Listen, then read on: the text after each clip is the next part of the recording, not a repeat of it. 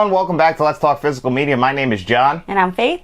And today on the channel, we're going to be talking about all things physical media, everything physical media adjacent, answer some of your questions, and just hang out for about an hour. So Faith, how was your week?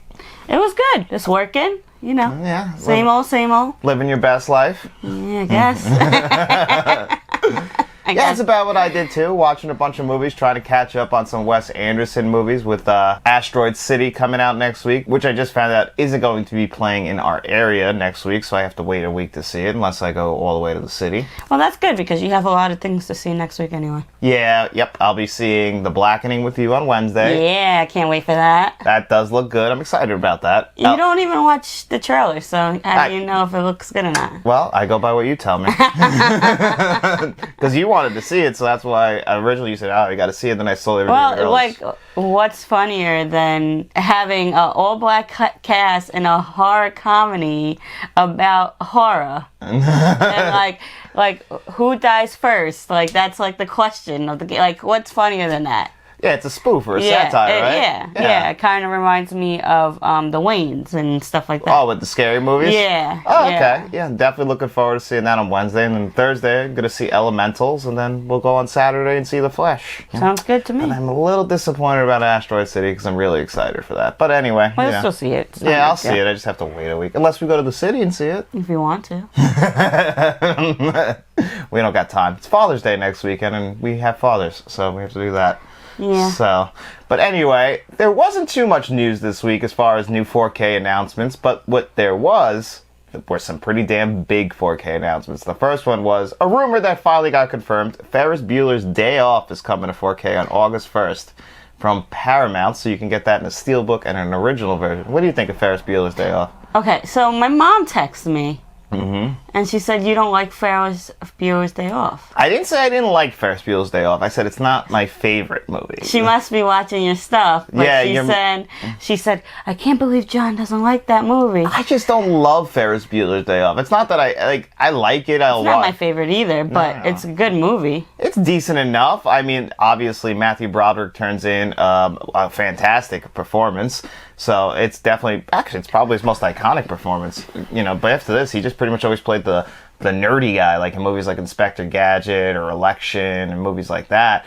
But for this, he was the coolest guy on the planet when that movie came out. Yeah. But when it comes to John Hughes movies, though, my favorite personally is Planes, Trains, and Automobiles. $2 and a Casio. And then Uncle Buck. Those are my favorite. I love those two. Wait, so Home Alone is a John Hughes movie. John Hughes wrote Home Alone, but Christopher Columbus directed it. Same thing with Christmas Vacation. John Hughes wrote that, but he didn't direct it. Okay. So actually, what are other John Hughes movies? John Hughes movies, you got Curly Sue, The Breakfast Club. Curly Sue. Curly Sue was great. That's one that nobody ever brings up, but Jim Belushi is fantastic in that with the girl from the Pepsi commercials. Breakfast Club. Breakfast Club, that's probably his most famous, right? Mm-hmm. That or Ferris Bueller's Day Off. Is Pretty in Pink? Pretty in Pink, 16 Candles. So he has a lot of good movies. So out of all those movies, though, like Pretty in Pink and 16 Candles, I'm just not a big fan of either. So. Oh, I love 16 Candles. 16 Candles is the one with the racist character, right, though? The Asian guy? Yeah. How is it? That's pretty offensive. Hasn't aged well. But it's hilarious, though. Yeah, I mean, we can't be so sensitive. No, the world's sensitive. I'm not sensitive to that, but it's just, you know, that was the time. It's a different world. Like, we watch a lot of older shows, not even that long ago, like How I Met Your Mother, and they get away with so much stuff. Yeah, Always Sunny in Philadelphia is the only show that could still get away with it just started, and the first 2 episodes were amazing, by the way. Yeah, if you guys haven't watched the new season of Always Sunny in Philadelphia, it's fantastic. Me and Faith have been watching that together, and then we're also watching the 3rd season of I Think You Should Leave Now, which I think if you guys have not seen that. Oh, he's a traitor. Oh, he watched the episode without me.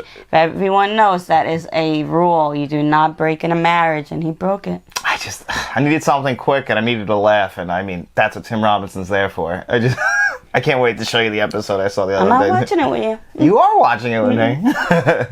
But yeah, that's just some classic comedy from both of those shows if you haven't seen them yet. I mean, my God, the start of season 16 with the bedroom was He knew the bedroom was there the whole time. Don't give it away. Let I people know. watch Let it. you guys watch it. That's just a little slight spoiler, I guess, but definitely check that one out. So yeah, Ferris Bueller's Day Off coming to 4K on August 1st from Paramount, Steelbook and Standard Editions.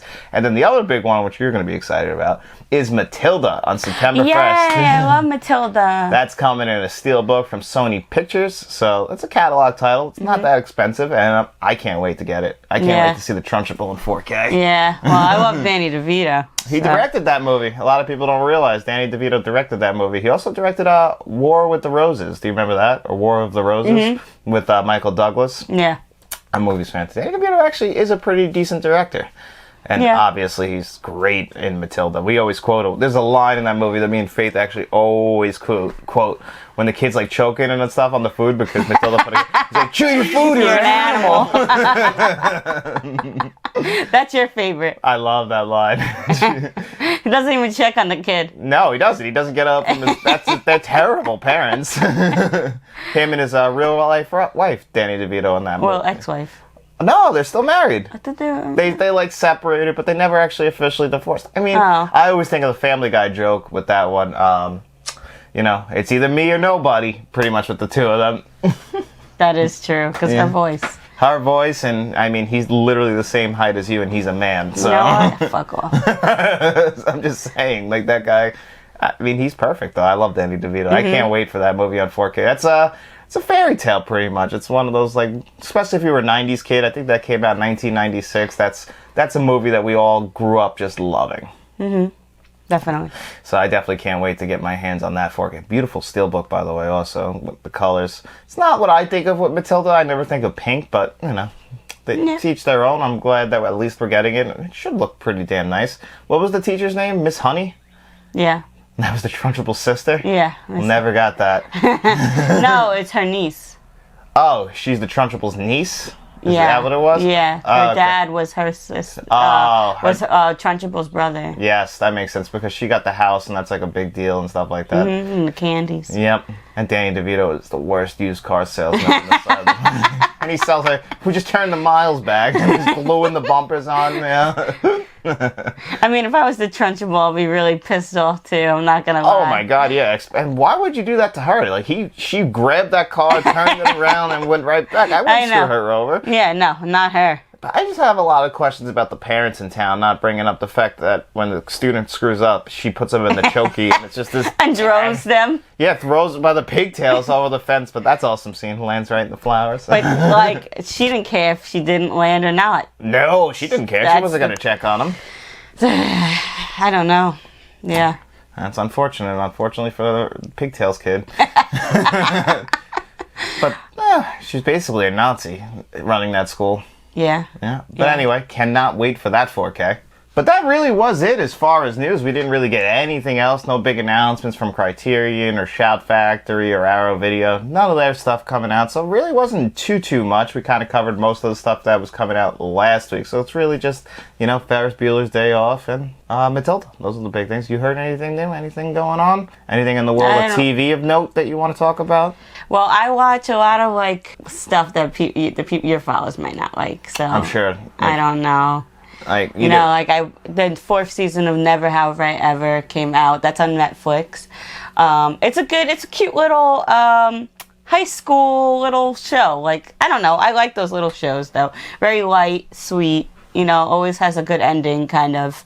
And that's what I need in my life because there's so many things that are going on with the world that sometimes you need that comfort. Yeah, and that's kind of what I dive into shows like Always Sunny and I Think You Should Leave Now for, or comfort food, they're just there to ease the pain, especially if you've been watching dramatic movies. You need something because I watched the Red Shoes this week and that movie it's just such a slow movie from 1948. It's a great looking movie, but after you watch something like that, you need a laugh. Yeah. So I definitely dove into. That's the night I watched I Think You Should Leave Now because without you, I needed a laugh. I could have probably watched something from the first two seasons, not the third, because to honor our marriage. But unfortunately, I don't think that was in our vows. I don't remember our vows off the top of my head, but I don't think that was in them. So, were you watching Class of '09? Yeah. How is that? Class of '09 is a little slow the first few episodes, but it's good. It's good? It's really good. One good thing about it is like a lot of those pieces, like TV shows that have multiple time jumps, it can get a little confusing. They do something with the cameras? No, but they every time there's a time jump, they tell you it's a time jump. Okay. I'm on episode 3. We're trying to figure out if they're the class of '09, they're a group of friends. And from what I've seen so far, they drifted away for some reason. Their job is not all what it seems to be. There's something going on within the FBI, I believe. Okay. So that's really where I am now. How's my boy Brian Tyree Henry? Oh, he's awesome. I love that guy. He's the head of the FBI. I think it's the FBI. Really? But yeah, he's the head of the FBI in the future. Oh, okay. So yeah. he was in the class of '09, and now he's risen through the ranks when we go into the future. Yes, and then you see other people who didn't rise and didn't make it, or did make it and they're just stuck. Like, so it's a good show. Okay, yeah, I was actually interested in that one. It had a cool premise. FX usually does a great work with their regular TVs. I think they only follow like HBO as far as like dramas go. But I was interested just because of Brian Tyree Henry, because I think that guy is one of the most underrated actors ever. Yeah. You know, between Atlanta and then he was great on Bullet Train last year. Yeah. He also had another movie I haven't seen yet with Jennifer Lawrence that was supposedly really good. But I just love the guy. But anyway, let's dive into some of these questions because we have a lot of them this week. So that's going to be really what the show is about, is answering all of your questions. So let's dive into that. What do you think, Faith? Let's get ready. You want to get started hot? What does that even mean? So this came in right at the end, and this is from Mr. Vincent Bianco, which is Uncle V. He just used his real name. So he wrote, would she give a Serbian film another chance? No, because you never. started that with us, remember? And nope. you walked out. I'm not even going to allow you to finish your question. Absolutely not. I literally made, 20 minutes? 20 minutes he got up and left and let me and Matt I could not do it. I don't understand how they could do it. It was just... I mean, we didn't want to do it. We did it for the review. Yeah, but there's a point where you say, okay, enough's enough. This is not for me. I'll tell you what, it's desensitized me to everything because now I know that there is no meaning in the world anymore after watching that movie. Yeah, I didn't want to take some of whatever left of my innocence I do have away. They took that out back, and they killed it with a bunch of baseball bats like Joe Pesci in Casino. Yeah, no. That movie was...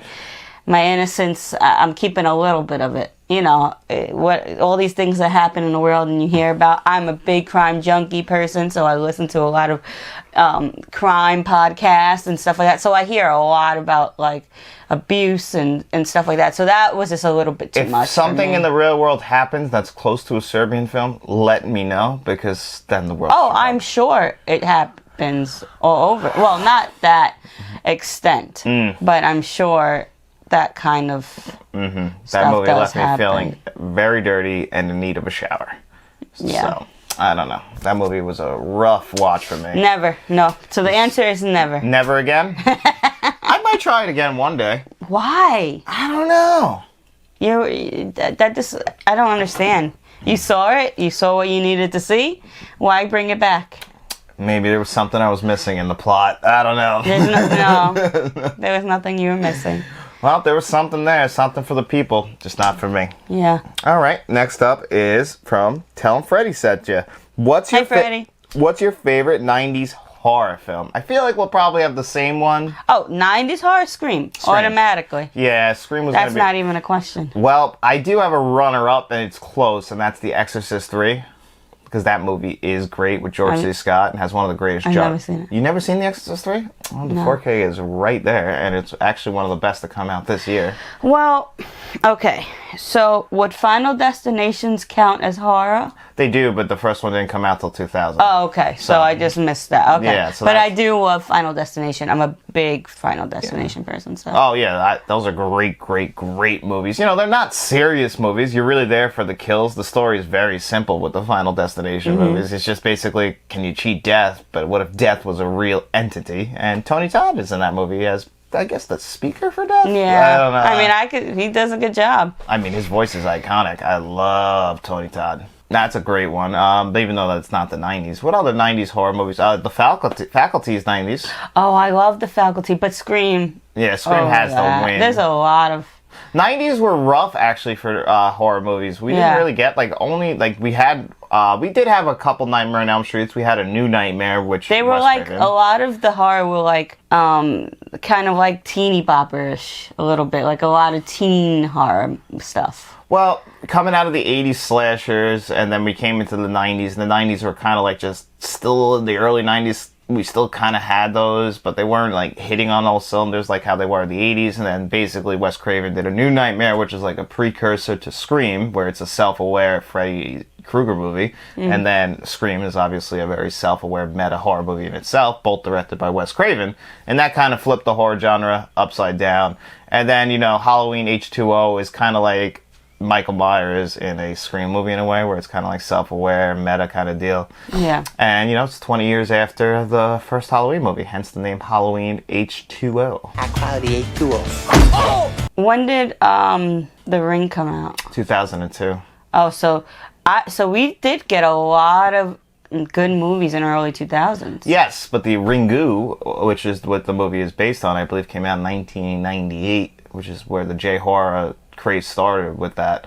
So then, but I think The Ring from 2002 is one of my favorite horror movies ever. Yeah, but Scream, absolutely, there's nothing that tops Scream in itself. No. Nothing can from the Scream. 90s. No, it's too hard to pick. And then Scream 2 came out in 1997, so we got two Screams in the 90s. Scream is way better than Scream 2 in my opinion. I don't know how. Oh yeah, absolutely. Except for the opening to Scream 2. I love that with Omar Epps and Jada Pinkett. That's a great opening. I think they did that because the original Scream, they had no black people in the original Scream. I did not think about that. They had no black people in the original Scream. So I think the second one, because Omar Epps was talking about that. Was he? Yeah, he goes, the black guy dies first, or whatever. No, not Omar Epps. Jada Pickett's character was talking about that. And she's like, why are you taking me to see this? Blah, blah, blah. And I think that was the reason why they did that, because after that scene, that was it.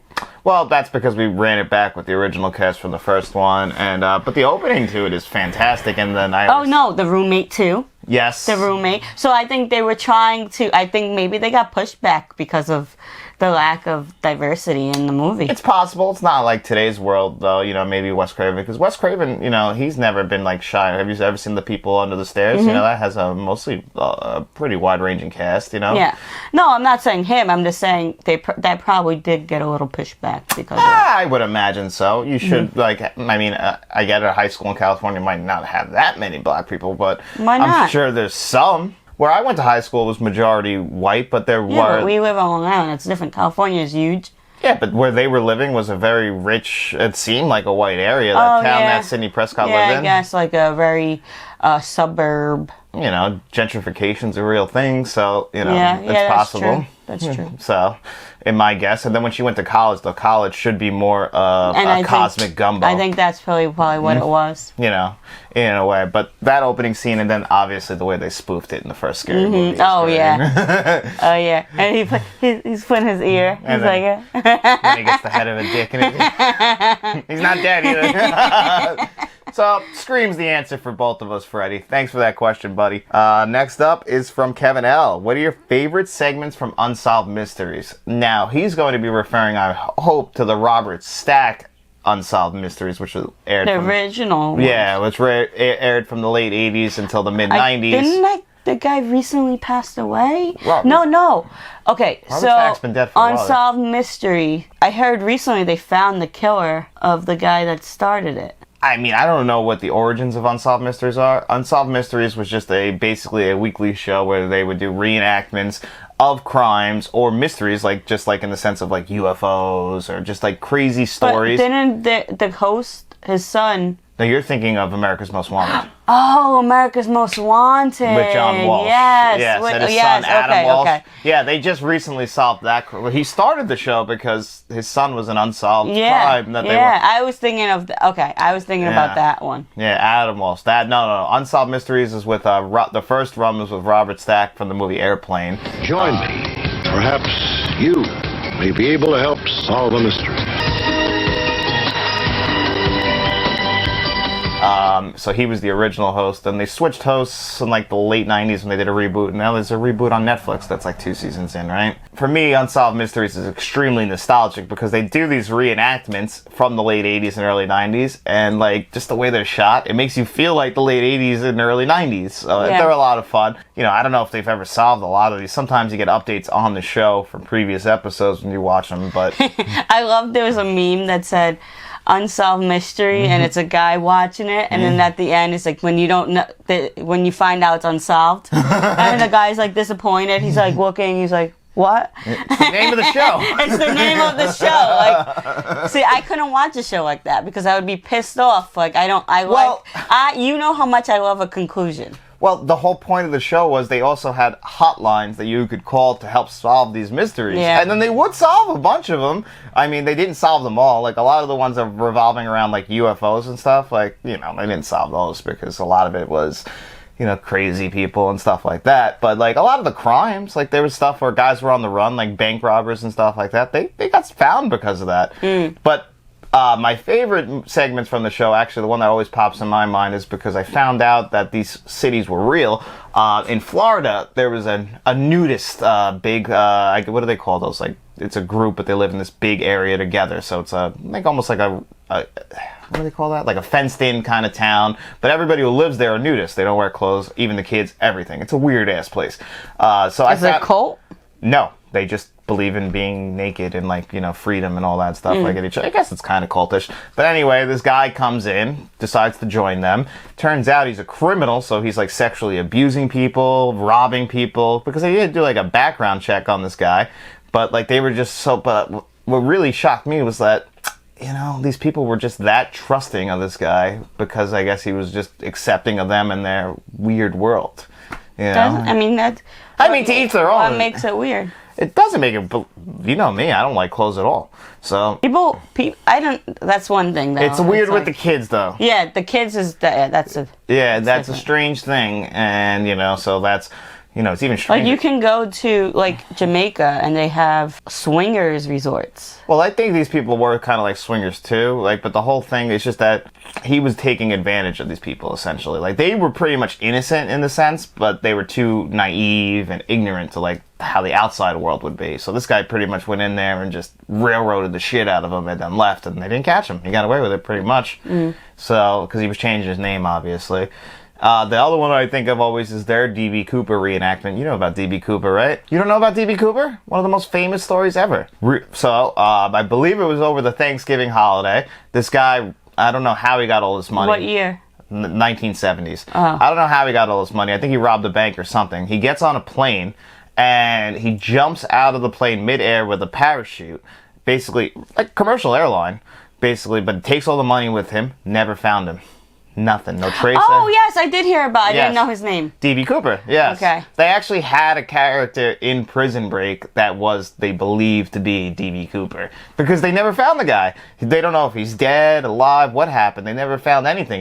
He vanished. You know, he kind of either got away with it or he died on impact that day. No one's 100% sure. So they would have found his body. Never found it. He's alive. Or he was alive. He jumped out of a plane. They probably couldn't pinpoint exactly where he would have landed. So I guess it was probably like, we lost the whole plane. Like that Malaysian Airlines plane is just gone. So That's true. One person in the 1970s, very believable to disappear, in my opinion. So that's one of my favorite reenactments. And then another one, just off the top of my head, was this family. Mother and father, like a conjoined family, but one of them had a son from a previous marriage, and then they had 2 daughters. He's spending the night there, and he ends up killing the 2 daughters and burning the house down, essentially. And then no one really even understands why, but he said he didn't do it. He said that somebody else came in the house and everything like that. And then when they kind of like figured out it was him, he went on the run. But imagine that, he killed his sisters, burned his house down and everything. And for like almost like doesn't seem like a reason why. So that one was another one that really always popped in my head. Heard that on a podcast. Oh, really? Yeah, so it was done in like a 1991 episode of the show. And guys, for keen-eyed viewers of Unsolved Mysteries, if you do go and watch them, they're on Peacock. Matthew McConaughey, that's where he got to start, was doing in some of those reenactments. So, all right. All right, moving on. Kevin L. with another fantastic question. He wrote, what are your favorite scenes from the following movies? Kill Bill Volume 1. I'm going to go with the Crazy 88 fight scene at the very end. It's got to be the Crazy 88 scene, though, right? When they're fighting everybody at the end in black and white and all the blood, and then leading in, like, before the Lucy Liu fight when they face off one-on-one in the snow. Yeah, absolutely. Because there was so much fighting. It was so, I loved it. It was so much action-filled. I loved it. No, it's great. That was my favorite scene, too, I think. But I do like the last scene of them fighting. With them one-on-one, yeah. It is a great scene. The blood dripping out onto the snow out of Lucy Liu. Oh, it's fantastic. No, I agree. But I also love the beginning too with Vivica. Oh, that is a great scene. You know, like they were fighting. The daughter comes home. You know, like it was that damn dog of yours. I'll say the first scene. Okay. If we're gonna be different, I'm gonna contradictory. I like that. I'll say the first scene because I love that scene with Vivica. She was upset about all the things she did, but she's like, "Listen, I have a kid now. My life's different." But she wasn't hearing it. Unfortunately, you know, you did try and ruin her life and kill her unborn daughter. So it's like an eye for an eye. An eye for an eye. And Vivica A. Fox, I think, understood that. That's why she tried to get the jump on her. Like, you know, if the roles were reversed, I would be in the same position. Yeah. Exactly. Okay, the second one on this list is Sin City. Now, I actually haven't seen Sin City in a very long time. I don't think I have. Oh, really? Yeah. So I don't even remember exactly that movie. I know that I remember how it was shot in that beautiful black and white with little hints of color. I mean, it's a Robert Rodriguez movie. Bruce Willis, Mickey Rourke. Isn't that a bunch of people? I really don't remember it enough to pick a scene. I haven't seen it. So we're going to unfortunately have to take a pass on that one because I do not remember. Now the next one, Pulp Fiction. This is tough because I cherish the entire movie and the only scenes I would even take out of the movie. I know mine already. What is it? The opening scene. The opening scene when they go and pick up, what's his name, Marvin at the place, and they go in. Well, the opening scene, isn't it them in the restaurant? Well, they open in the diner, and then they start to rob it, and then they come back to that diner scene at the very end. The beginning of the very beginning when they're in the diner and they're having a conversation. You just like that with Tim Roth and what's his name? I love that scene. And something Plumber, yeah. Yeah, I love that scene. And then he's like, everybody put the fuck, like he's just, I love it. If you ever watch the movie back, you'll notice that the girl, when she jumps up and she goes, Honey Bunny, and she goes, all right, everybody sit down or I'll execute every damn one of you. That's the one that I love. At the very end of the movie, when that happens, you'll notice they change the line.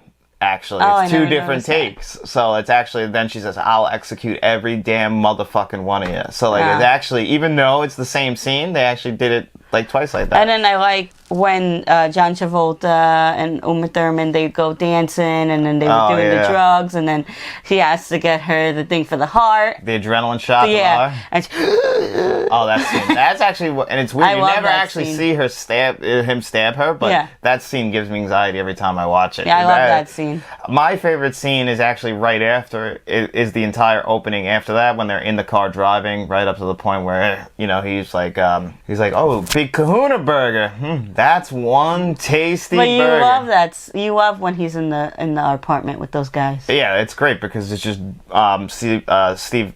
Samuel Jackson's Jules just going around, and he does the the thing from the Bible, the only part of the Bible he knows. He does it, and then he just does, and then at the end of the movie, he explains why he says that. And he's just, I just thought it sounded cool, but now he's thinking about it. So it does come play back at the very end of the movie, but I mean, there's so many things going on in that movie, though, and it's told non-linearly. Pulp Fiction's a perfect film. It's just so many different things going on in the movie. Mm-hmm. But they're all connected. Sometimes I forget that is a part of that movie. Like, you know, like there's certain parts that I forget were even connected to. The only flaw in that movie is Bruce Willis's girlfriend.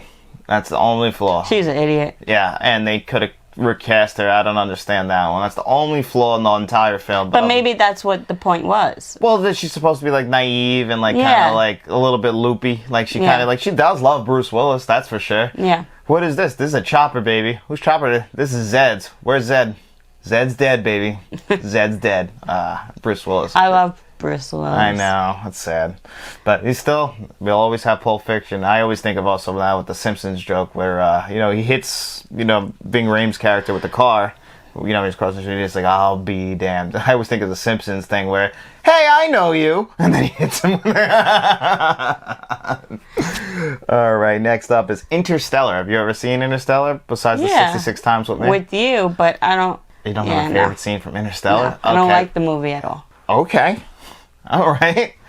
This one didn't do it to me. Hopefully I have a divorce lawyer on the line. Interstellar might be Nolan's masterpiece. Oppenheimer, July 21st, baby. So anyway, Interstellar, my favorite scene in the movie. It's a sad scene, but after they get off that planet where time is extended so much because they're so close to the black hole that they actually, like, minutes on that planet is, like, related to years on Earth. So they're only on there for a few minutes, and they get caught up. Like, the ship gets flooded. Anne Hathaway almost cost them this entire mission. You get the Hans Zimmer score just going in the background, and every time you hear the click of the clock is a year on Earth. Just all those little details. But then Matthew McConaughey gets back on the ship. It's been, I believe, like 30 years or something close to that.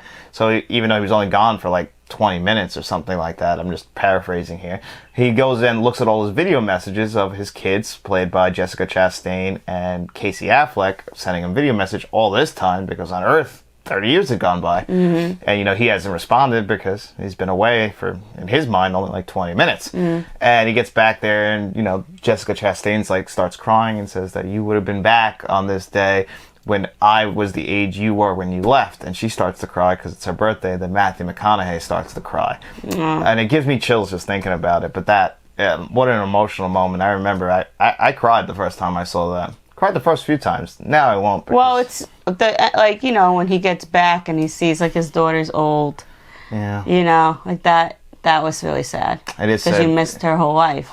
And you haven't even been gone that long in your mind. Which, that's why I love, and Nolan loves to play with time. I find time to be one of the most fascinating things in general because it's just relevancy, That's it. Like, that's all time is. And then really, I believe that time is our biggest currency because all you have is time to lose. That's all we're on. All of us are on a ticking clock. Yeah. So I love Interstellar. I'm upset that you don't like that movie that much. Sorry. The Dark Knight Rises.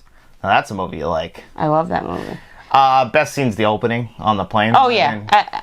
Bar none. In the IMAX, with the IMAX cameras. Well, I do also like the fight scene, the big fight scene where Bane kicks his ass. In the sewer with no score, and you just hear the water running. Yep. I do love that scene also. That's a good scene. That is but the first one is obvious. The first scene is obviously...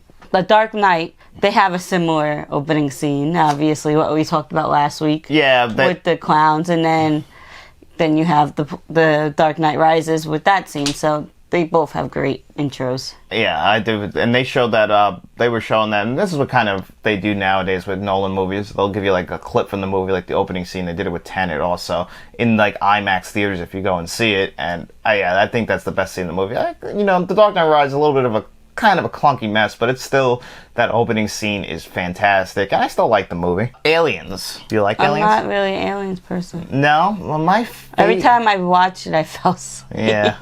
How dare you? Aliens is fantastic. Not as good as Alien, but Aliens, directed by James Cameron, is pretty damn close, and my favorite scene in that movie is actually pretty early in the movie when they first start figuring out, like when they send the team of troops in and they all start getting picked off one by one, and we start to see that it's not just one alien, it's just these incredible amounts of them, and we get to see their screens like going off because they have cameras on their helmets as they're starting to get picked off, and the fear that sets in. That's my favorite scene in Aliens. I mean, a lot of people might say the ending with Nude and whatever that machine is that she's using, leave her alone, you bitch, when Sigourney Weaver's talking to the mother alien, That's funny. Aliens it's an almost perfect movie. It's still, we've only really gotten two good alien movies in my opinion. Alien and Aliens, and 3 and on is shaky at best in my opinion.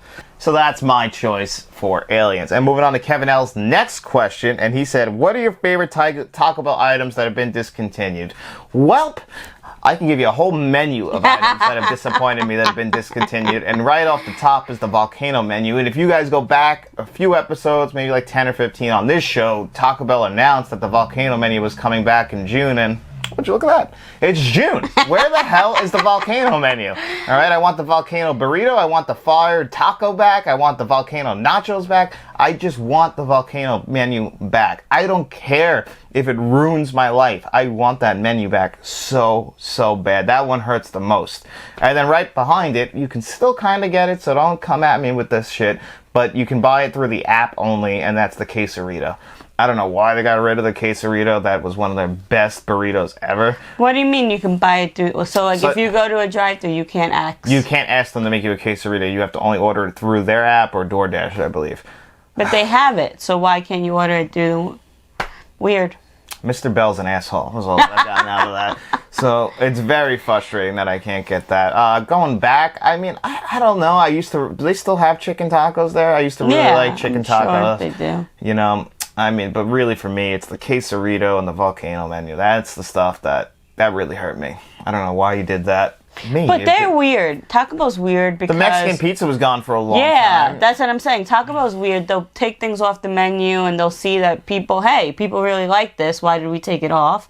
And then they bring it back for a short period of time and then they take it back off. I think it's to get people to it's the hype. Like, it's just like, it's always like that thing. Like, you get nostalgic for things and then, then you get bored of it again. Mm-hmm. It's the same thing. It's like always like people, I always see people like, oh, I wish that Blockbuster is still around. If Blockbuster reopened right now, we'd all be super excited for like a month, maybe go visit it once or twice, and then we would go, this is pointless, and no one would go back again. And that's exactly what would happen. Like, I've kicked around the idea with you opening like another like type of Blockbuster with my movies, people can rent them.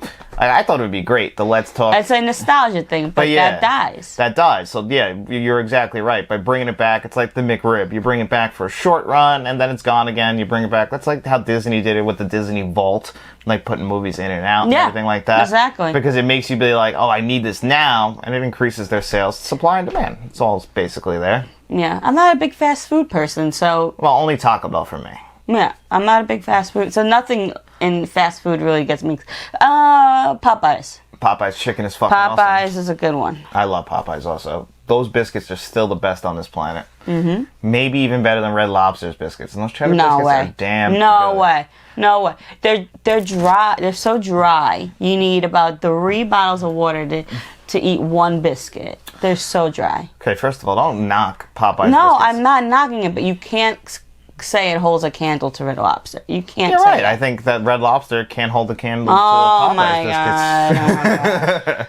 Right there. If you're watching this, in the comments, leave your opinion on that. Which one is better? Yeah. Just remember, Popeyes or Red Lobster? Just remember, the Popeyes biscuits is the correct answer, and the Red They had a strawberry biscuit at Popeyes. That sounds terrible. I heard it was good. Some people said it was over. They're just so dry.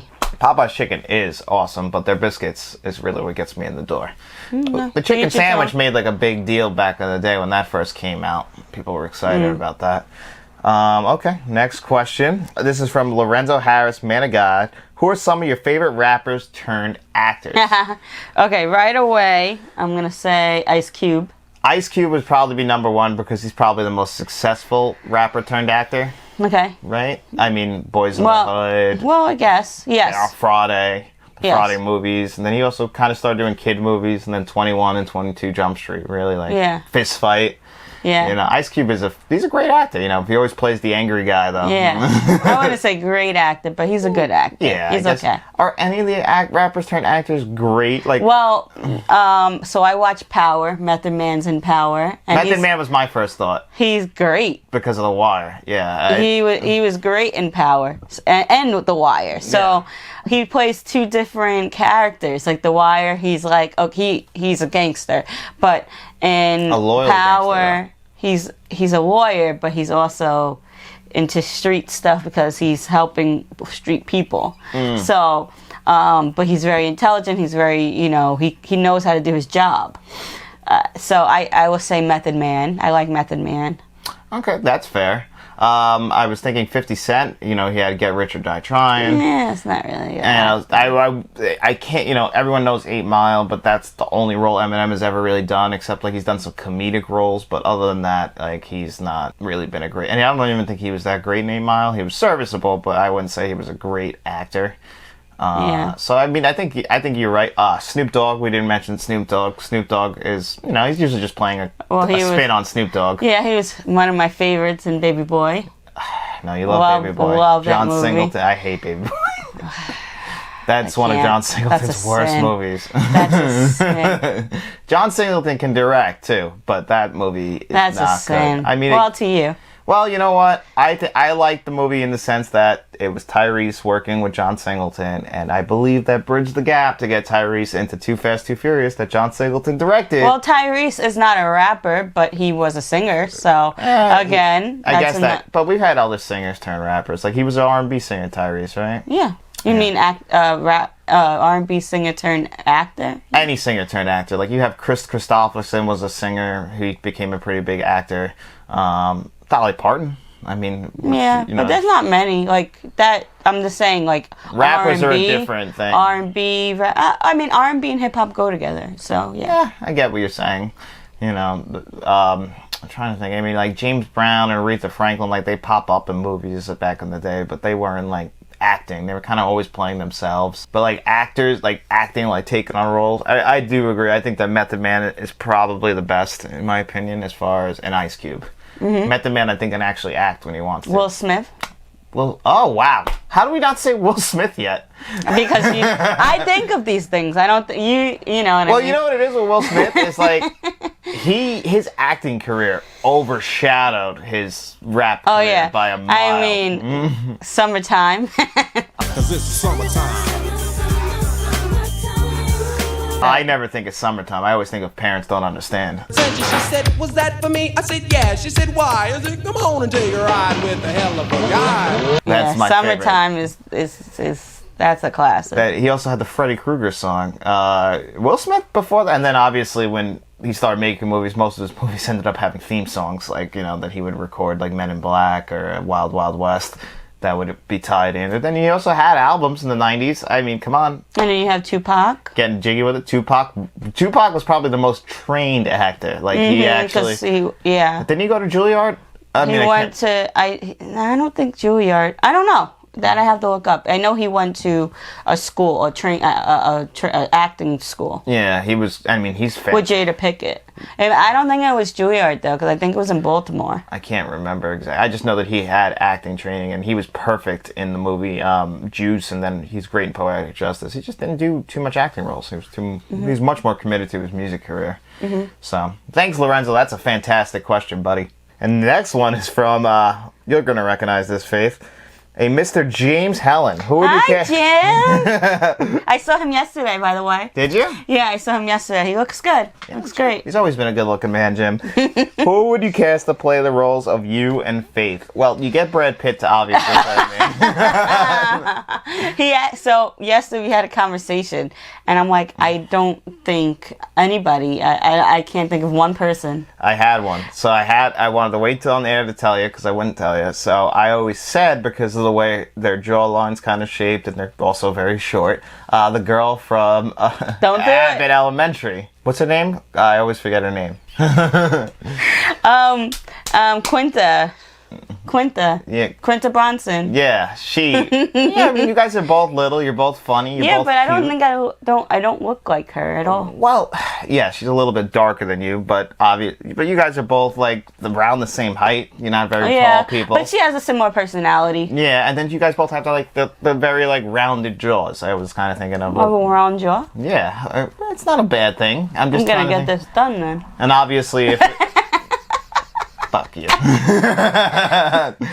So, how do I gotta Google, how do I unround my jaw? Did you think of anyone to play me? Other than like maybe Sheamus would be a good one to wrestler too. A ghost. Go fuck yourself. A ghost, Casper. Yeah, good. Go get Casper to play me. As if I haven't heard these jokes before in my lifetime. No, I don't know. You're unique. I know, but like maybe Danny DeVito. Seamus is like 6'5", jacked, and you want him to play you? I'm almost 6'5" and jacked. Okay, fine. Okay. I'm 5'5" and not jacked. But still, we're both very white with red beards. Very similar. I think you're unique. I think I can't think of anything to play, but that was a good one for me. Yeah, I thought so, right? I always thought of that. Like, I thought, kind of reminds me a little bit of Faith. The girl who plays Carla on Scrubs was my second choice because I always felt you guys had similar personalities. Oh, yeah, we're loud. Yeah, loud and bossy. Yeah. Very loud and bossy. I'm not that bossy. So, that's a great question, Jim. Thank you so much. Next one is from Seth. He kind of screwed up in his first thing. He forgot to write a question. I don't know what happened. And he wrote, I'm dumb, laugh out loud. I never asked the question. Just gave a Biodome reference. What's one of your favorite, if one of your favorite 90s movies was remade today, what would it be and who would star in it? Kind of a lame question, but I feel bad for not giving it one. Oh, that's a good question. 90s film. And if it was remade. And you have to remake it. Mm-hmm. And who would you put in it? Wow. That's a thinker. Okay. And he said it was a bad question. And that's a great question. No, that's a thinker. Thanks, Seth. Yeah, that makes me think. Wow. I don't know what. Because, so first of all, we have different taste in movies. So, yeah. So, like, I wouldn't want Clueless to be remade. I think it's classic. I think it's brilliant. So I can't say that one because it's to me, it's a classic.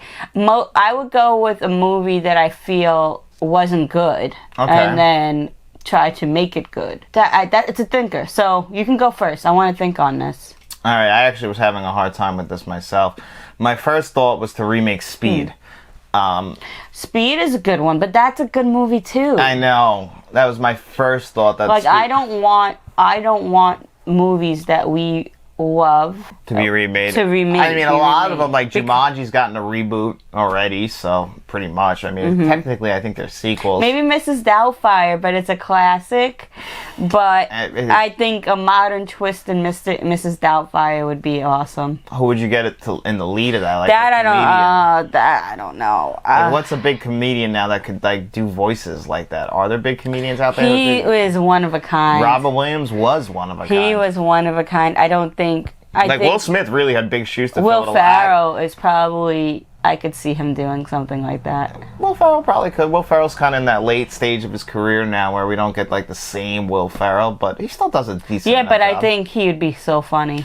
He would be. Well, Will Ferrell's always funny. I'm trying to... Because we kind of had something similar done in the 90s with Big Mama's House. Was that the 90s or early 2000s? 1997, if I'm correct, because I saw that in theaters. So it was kind of done like, something similar was done already. Except he was a cop, where instead of Mrs. Doubtfire, he wanted to just see his kids. Yeah. But I could say Mrs. Doubtfire, but I don't know who I would have play. Maybe Will Ferrell. Yeah, that's a tough one. Because you have to have like a voice. You have to be a voice actor. Yes. Yeah, I was trying to... I have a hard time with this because, right away your mind goes to like movies that you like, but like you don't want to remake it. And the 90s aren't that far away. But yeah, Mrs. Doubtfire is a good call. You can't remake Scream, but they pretty much are just remaking Scream. Oh yeah, absolutely. What was American Psycho. American Psycho was 2000. Oh, okay. I was just gonna say that was a good call. This one was a tough question, Seth. Oh, I know. Wild Thing. Wild Things. That's a good movie. Yeah. That's a really good movie. I think that's 1998, but yeah. It's a good movie, but it can be redone. Definitely could be redone. And if you were going to recast everybody, because... anything that has cheese, a lot of cheese back then, I feel like could be redone, because now we're in the age of cheese. Crazy. Yeah, and if I was going to recast, because what is that? Nev Campbell. And Denise Richards and Matt Dillon. So have you've seen Wild Things, right? It's on the shelf somewhere. Look for the 4K. Right there. There it is. Yeah, I love that movie. But you've never, we never watched it. That's why I was wondering. We never watched it together? I have a review on the channel for that. Sorry. It's a great movie. I love Wild Things. I could rewatch that. Also, a great 4K. But that is a good one. Who would you recast in those two roles? Who are like two young actresses right now that you think would do good? Nev Campbell. My first thought went to Zazie Beetz again because I thought she would be, because I could see her doing that, having like a, because it's, you know, like you said, cheesy. I could see her doing cheese like that. No, I don't see her cheese. You don't see the cheese? No. I could see some cheese. I see like Selena Gomez. Selena Gomez, though. Like that cheese. I guess you're right. And she does do that monotone voice and all the time. So, okay, that's a good one as for one of the actresses. Seth, I hope we answered your question. That was a great question. You stumped Faith, so which is really hard to do because I can't do that. So, thanks, Seth. Last question. Tell him Freddie sent you. Also, what are your thoughts on Demolition Man and Wesley Snipes' performance? And what are yours and Faith's favorite comedy from the 90s?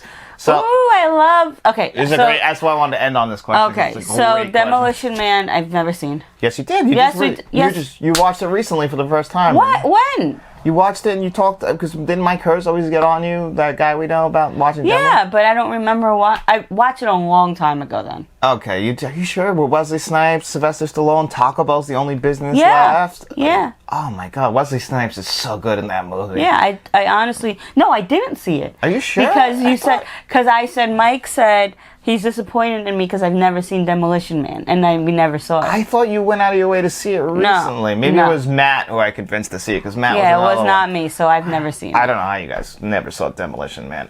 Demolition Man is fantastic. I love that movie. Sylvester Stallone, Wesley Snipes are perfect. It's about a bunch of people. These two guys. One is, basically their arch nemesis, and they end up in the future. And the only business that's open still in the future, as far as restaurants, is Taco Bell. So it's the future that I wish we could live in. Basically, crime has been eliminated. It's a fantastic, cheesy, early 90s action movie. I want to say it's like 1993. Rob Schneider might even be in it, too. I always get it mixed, because I think he was in that and Dredd, which is also Stallone. But, I love Demolition Man. It's a perfect... That one needs a 4K. We haven't gotten a 4K Demolition Man. Now, favorite comedy of the 90s? I know yours is right It has to be, because my favorite... Dumb and Dumber. My favorite comedy ever came out in the 1990s, and that's Dumb and Dumber. 110%. Yeah, I have to agree with you with that, too. Yeah, I thought you might say Clues, because that's kind of a comedy, but it's also like a teen comedy, so it's a little different. But then, I feel like Jim Carrey has so many movies in the 90s, and they're all so close. 1994. There's really very small, you could say, okay, Dumb and Dumber is our favorite, right? But then there's Ace Ventura. Same year. Yeah, that's what I'm saying, The Mask. Same year also. So that's what I'm saying. So there's a lot of...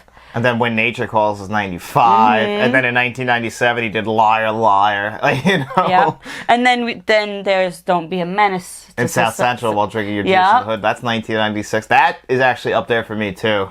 Yeah, so there's because that's when the spoofs came out. They started to come out, because the Scary Movie didn't come out till 2000. There's so many, but I will have to say, I guess Dumb and Dumber 2. It's number one. It has to be. But there was the 90s were filled. The 90s were probably peak comedy, because you also had Groundhog Day was in the 90s. Kindergarten Cop. Jim Carrey was the king in the 90s, but Eddie Murphy still put the Nutty Professor out in the 90s. And I love the Nutty Professor. We just watched that recently. Yes. Movie holds up fantastic. I like Dave Chappelle. Oh man, that's amazing. He's Dave Chappelle. Speaking of popping up in movies from the 90s or classic, Blue Streak. Yeah, amazing. Chappelle pops up in that. Put your hands on the oodles and noodles. Beef and chicken. It's like me around candy. I'm going chomp it up. That was the rise of Martin Lawrence too in the 90s. Yeah. I know you love the show. Because I'm not gonna leave this pizza with you. He knows. But and it's funny because you are really a Martin fan. I like Martin Lawrence in movies. I don't like the show Martin. And I love the show Martin. Because Bad Boys, he's perfect in. Yeah. We talked already about Big Mama's House, and then obviously Blue Streak, and then he was what was that, A Knight's Tale or something he was in? I remember wearing the green jersey the whole time too. But Martin Lawrence, he was great in film, and now he doesn't do anything anymore. Stand-up's pretty good too. He was on the Def Comedy Jam, so John, who's your favorite comedian? Ever? Or stand-up comedian or comedian? Well, it can just be comedian. They could do shows, they can do stand-up. Dave Chappelle, all around, right? 100%. Because he puts out good, funny movies, but he also does great stand-up. Killing Them Softly is my favorite stand-up special of all time. Awesome. Amazing. I quote that stand-up special constantly.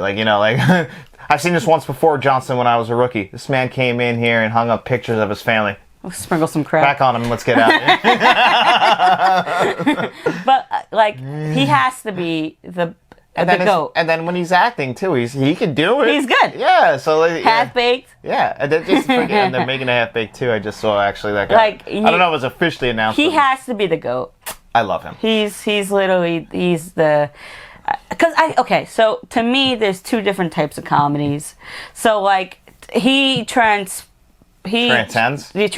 all comedy. Oh, yeah. You know, dry, you know, just laugh out loud. And then he also does commentary on, like, social issues, too, which, you know, can cause some controversy. We're not here to talk about that, but, you know, he's... Because I'm a huge Lucille Ball fan, and she transcends comedy to a place where I've never seen it go before. Especially for women. For women, just that slapstick comedy like Will Ferrell does. But I feel like Dave Chappelle does that too. Dave Chappelle could do no wrong in the comedy genre. I mean, Chappelle's Show, I think, is the greatest sketch show ever. And we only got 2 seasons and the lost episodes. Yep. And so, like, in that small amount of time, he put out some of the greatest comedy ever. So it's just sketch it's incredible. Dave Chappelle is by far my favorite as far as comedians go. 110%.